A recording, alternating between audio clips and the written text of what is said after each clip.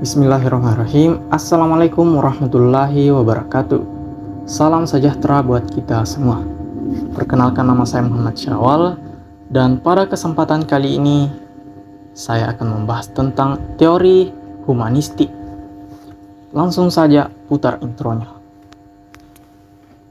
You slept away the morning, the things that you would miss, like laughter from the kitchen, or a memory like this. Taburkan mesa seres, taburkan cinta. Aroma 100% coklat asli Mesa Ceres, tak ada yang menandingi padat renyahnya dan kelezatannya. Taburkan mesa seres, taburkan cinta. Teori humanistik adalah pendekatan dalam psikologi dan pendidikan yang menekankan pentingnya memahami manusia sebagai individu yang utuh dengan fokus pada potensi, pertumbuhan pribadi, dan pengalaman subjektif. Teori ini muncul sebagai respon terhadap pendekatan lain seperti behaviorisme yang dianggap terlalu mekanistik dan tidak memperhatikan aspek kemanusiaan.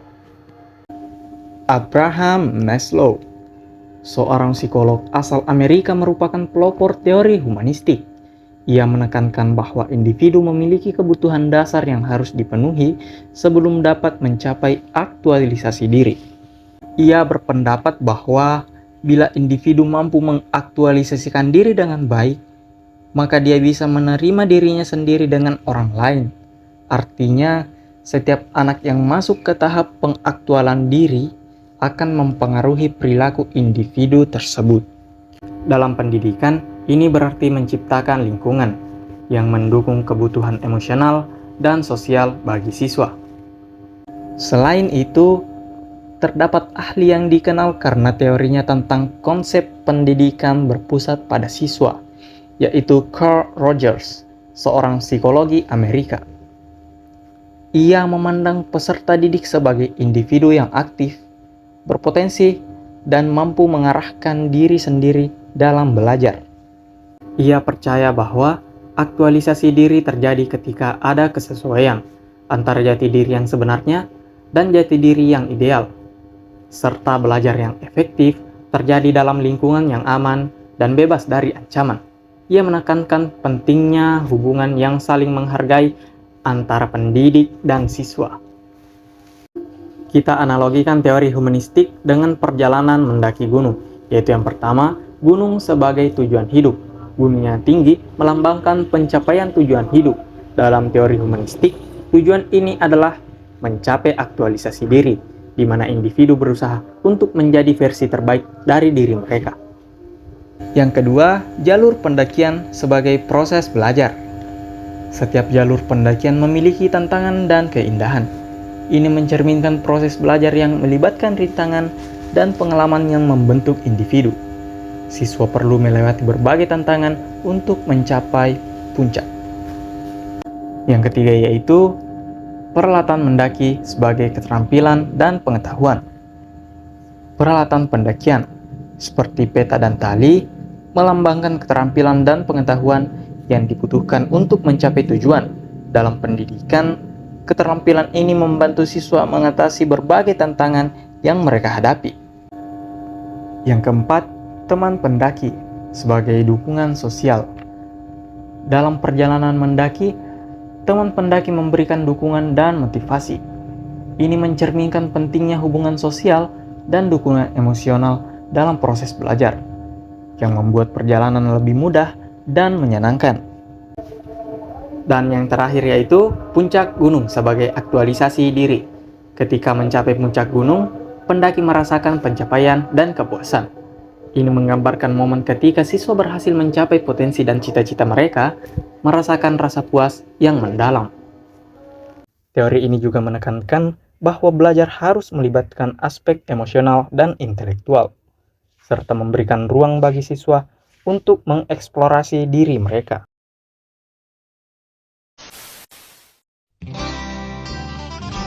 Aku suka susunya hingga tetes terakhir.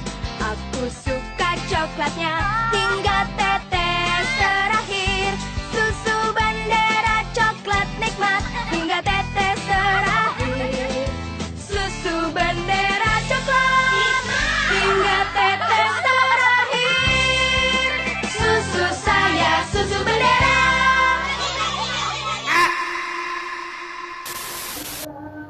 Beberapa ciri utama dari teori humanistik yaitu: 1. Fokus pada individu. Menekankan pentingnya pengalaman dan kebutuhan unik setiap individu dalam proses belajar. 2. Aktualisasi diri. Tujuan utama pendidikan adalah membantu siswa mencapai potensi penuh mereka. 3. Lingkungan belajar yang aman. Menciptakan suasana yang bebas dari tekanan dan kompetisi yang berlebihan, sehingga siswa merasa nyaman untuk belajar. 4. Peran guru sebagai fasilitator. Guru berfungsi sebagai pendukung yang membantu siswa dalam proses belajar, bukan sebagai pengatur yang kaku. Proses belajar dianggap berhasil jika siswa dapat mencapai aktualisasi diri, yaitu kemampuan untuk mengembangkan potensi penuh mereka. Dalam konteks ini, pendidikan bukan hanya tentang transfer pengetahuan, tetapi juga tentang membangun karakter dan kepribadian siswa.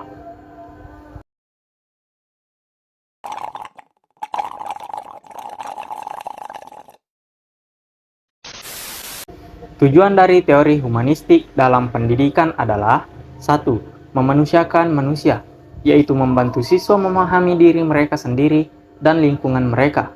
2. Mendorong kebebasan berpikir. Siswa didorong untuk membuat keputusan sendiri tentang apa yang ingin mereka pelajari.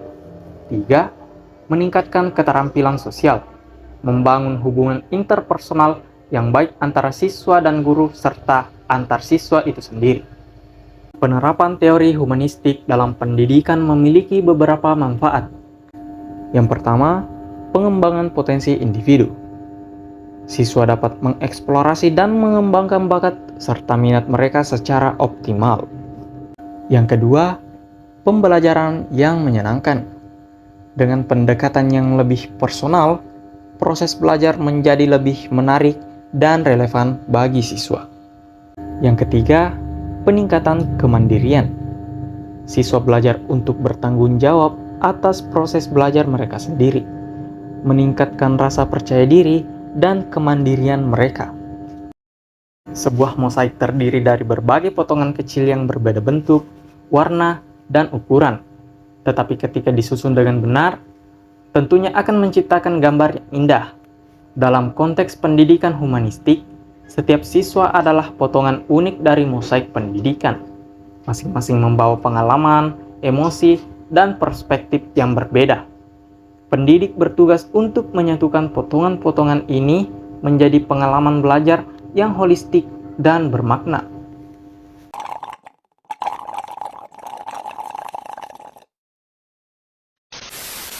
Teori humanistik memiliki banyak implikasi dalam praktik pendidikan, yaitu: 1. Pembelajaran berbasis siswa. Pendidikan harus berfokus pada kebutuhan dan minat siswa. Ini berarti memberikan kebebasan kepada siswa untuk memilih apa yang ingin mereka pelajari dan bagaimana cara mereka belajar. 2. Lingkungan belajar yang aman. Menciptakan suasana kelas yang mendukung di mana siswa merasa aman untuk berbagi pendapat dan bereksperimen tanpa takut akan hukuman atau kritik.